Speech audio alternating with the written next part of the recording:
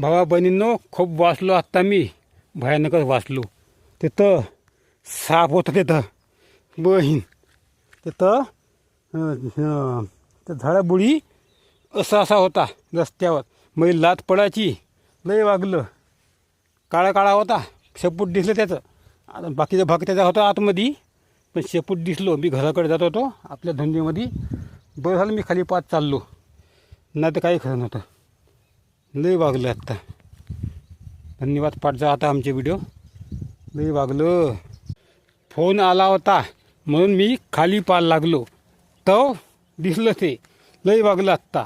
Phone आला नसता तर काही खरं नव्हतं. मला तर वाटते देवानंच फोन केला, काहीतरी देवानंच फोन पाठवला साध्या साध्या गोष्टीसाठी. त्या फोन आल्यामुळे वाचलो मी. अशी आता घडली आता गोष्ट भाव बहिणीनं. आता तसं कोणाच्या बाबतीमध्ये घडू नये, पण शेतकऱ्याचं जीवन तसंच आहे ते आता.